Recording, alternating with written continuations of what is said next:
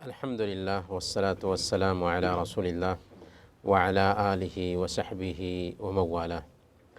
محترم بھائیو، السلام علیکم ورحمۃ اللہ وبرکاتہ۔ اربعین نووی کی احادیث میں سے آج ہم ایک حدیث پڑھیں گے، اور یہ حدیث ہے حضرت حسن بن علی رضی اللہ تعالی عنہ کی۔ ان الحسن بن علی سبط رسول اللہ صلی اللہ علیہ وسلم و ریحانتہ رضی اللہ تعالی عنہ۔ حسن بن علی جو اللہ کے رسول صلی اللہ علیہ وسلم کے نواسے تھے اور ان کے خوشبو تھے، وہ بیان فرماتے ہیں، قال حفظت من رسول اللہ صلی اللہ علیہ وسلم، میں نے اللہ کے نبی صلی اللہ علیہ وسلم سے یہ بات یاد کی۔ کیا یاد کی؟ دع ما یریبک الی ما لا یریبک، اس چیز کو چھوڑ دو جو شبہ میں ڈالے، اور اس چیز کو اختیار کرو جو تمہیں شبہ میں ڈالنے والی نہ ہو۔ رواہ النسائی وقال الترمذی حدیث حسن صحیح۔ اس حدیث کو امام نسائی نے روایت کیا ہے، اور امام ترمذی نے کہا کہ یہ حدیث حسن اور صحیح ہے۔ سب سے پہلے اس حدیث کے راوی حضرت حسن بن علی، یعنی حضرت علی رضی اللہ تعالی عنہ کے بیٹے حضرت حسن رضی اللہ تعالی عنہ۔ حسن اور حسین یہ دونوں اللہ کے نبی صلی اللہ علیہ وسلم کے نواسے تھے، حضرت فاطمہ رضی اللہ تعالی عنہ کے جگر گوشے تھے۔ اللہ کے نبی صلی اللہ علیہ وسلم کو ان دونوں سے بہت محبت تھی، خاص طور پر حدیث کے جو راوی ہیں حسن بن علی، ان کے بارے ہی میں اللہ کے نبی صلی اللہ علیہ وسلم نے کہا تھا، ان ابنی ھذا سید، میرا یہ بیٹا سردار ہے، اور اللہ تعالیٰ اس کے ذریعہ مسلمانوں کی دو بڑی جماعت میں صلح پیدا کر دے گا۔ چنانچہ حضرت علی رضی اللہ تعالی عنہ کی جب خلافت آئی اور ان کی شہادت عمل میں آ گئی، تو ان کے بعد حسن بن علی کو خلافت سونپی گئی تھی، لیکن انہوں نے امیر معاویہ رضی اللہ تعالی عنہ سے صلح کر لی تھی اس حوالے سے۔ تو اللہ کے نبی صلی اللہ علیہ وسلم نے یہ بات پیشن گوئی کی تھی کہ میرا یہ بیٹا سردار ہے، اور دو مسلمانوں کی جماعت کے بیچ اس کے ذریعہ صلح کرا دے گا۔ تو یہ اللہ کے نبی صلی اللہ علیہ وسلم کی پیش گوئی تھی، اور بالکل ویسے ہی ہوا جیسے اللہ کے نبی صلی اللہ علیہ وسلم نے فرمایا تھا۔ خاص طور پر اس حدیث میں وَرَيْحَانَتَهُ کا جو لفظ ہے وہ اس طور پر کہ اللہ کے نبی صلی اللہ علیہ وسلم کے الفاظ ہیں، ہما ریحانتای من الدنیا، کہ حسن اور حسین یہ دونوں دنیا کے میرے دو پھول ہیں، میرے دو پھول ہیں۔ اللہ کے نبی صلی اللہ علیہ وسلم کی چونکہ محبت تھی اپنے نواسوں کے حوالے سے اس انداز کی، اس لیے آپ نے کہا کہ یہ دنیا کے میرے دو پھول ہیں۔ اس حدیث میں حسن بن علی رضی اللہ تعالی عنہ بیان فرماتے ہیں کہ میں نے اللہ کے نبی صلی اللہ علیہ وسلم سے یہ بات یاد کی کہ دع ما یریبک الی ما لا یریبک، کہ جو چیز تمہیں شک اور شبہ میں ڈالنے والی ہو اس چیز کو چھوڑ دو، اور ایسی چیز اختیار کرو جو تمہیں شک اور شبہ میں ڈالنے والی نہ ہو۔ گویا یہاں پہ اس حدیث میں اللہ کے نبی صلی اللہ علیہ وسلم نے یہ حکم دیا ہے کہ جو چیز تمہیں شبہ میں ڈالے اس سے پرہیز کرو، اس کا ارتکاب مت کرو، اس کو چھوڑ دو۔ دیکھیں، ہماری شریعت میں عبادات یا طہارت کے حوالے سے قاعدہ یہ ہے کہ شبہ کی طرف دھیان ہی مت دو۔ طہارت کا یقین ہے اور شک پیدا ہوا کہ وضو ٹوٹا ہے یا نہیں ٹوٹا ہے، کیا کریں گے ہم؟ وضو کریں گے؟ نہیں، بلکہ چونکہ طہارت کا یقین ہے لہذا ہم اپنے آپ کو باوضو سمجھیں گے۔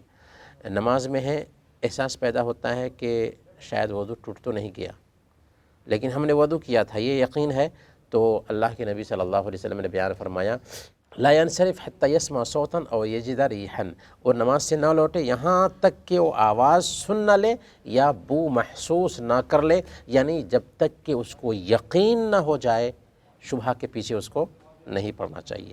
تو طہارت اور عبادات وغیرہ کے معاملے میں یہ قاعدہ ہے کہ شبہ کے پیچھے نہیں پڑنا ہے، لیکن معاملات میں ہمارے لیے شریعت یہ قاعدہ رکھتی ہے کہ جس چیز میں شبہ ہے، شبہ اس میں پیدا ہو گیا، اس کو چھوڑ دو، اسے مت اختیار کرو، اس سے دور رہو، کیونکہ اس سے پہلے ایک حدیث گزر چکی ہے نعمان بن بشیر رضی اللہ تعالیٰ عنہ کی، جس میں اللہ کے نبی صلی اللہ علیہ وسلم بیان فرماتے ہیں کہ حلال وعدے ہے، حرام وعدے ہے، وَبَيْنَهُمَا مُشْتَبِهَاتٌ، دونوں کے بیچ ایک دوسری چیز ہے جو شبہ میں ڈالنے والی چیزیں ہیں، جن کو اکثر لوگ نہیں جانتے ہیں۔ جو آدمی ان سے اپنے آپ کو بچا لیا، وہ اپنے دین کو بچا لیتا ہے اور اپنی عزت کو بچا لیتا ہے۔ گویا کہ معاملات میں، کھانے پینے کی چیزوں میں، یا ایسے جو بھی معاملات ہوتے ہیں ان میں ہمیں شبہ کی چیزوں سے اپنے آپ کو بچانا چاہیے، شبہ کی چیزوں سے اپنے آپ کو بچانا چاہیے۔ اور اللہ والوں نے اس طریقے سے شبہ سے خود کو بچایا بھی تھا۔ سب سے پہلے اللہ کے نبی صلی اللہ علیہ وسلم کا اسوہ کیا تھا؟ صحیح بخاری اور صحیح مسلم کی روایت میں آتا ہے کہ اللہ کے نبی صلی اللہ علیہ وسلم گھر میں ہوتے تھے، خود فرماتے ہیں کہ میں گھر میں پریشان ہوتا ہوں، بھوک لگی ہوئی ہوتی ہے، اور میں اپنے گھر میں کھجور گری ہوئی دیکھتا ہوں، لیکن میں اٹھا کر کے نہیں کھاتا، اس ڈر سے کہ ایسا نہ ہو کہ یہ صدقہ کی کھجور ہو۔ تو شبہ آیا اس میں، اس لیے اس کو چھوڑ دیا۔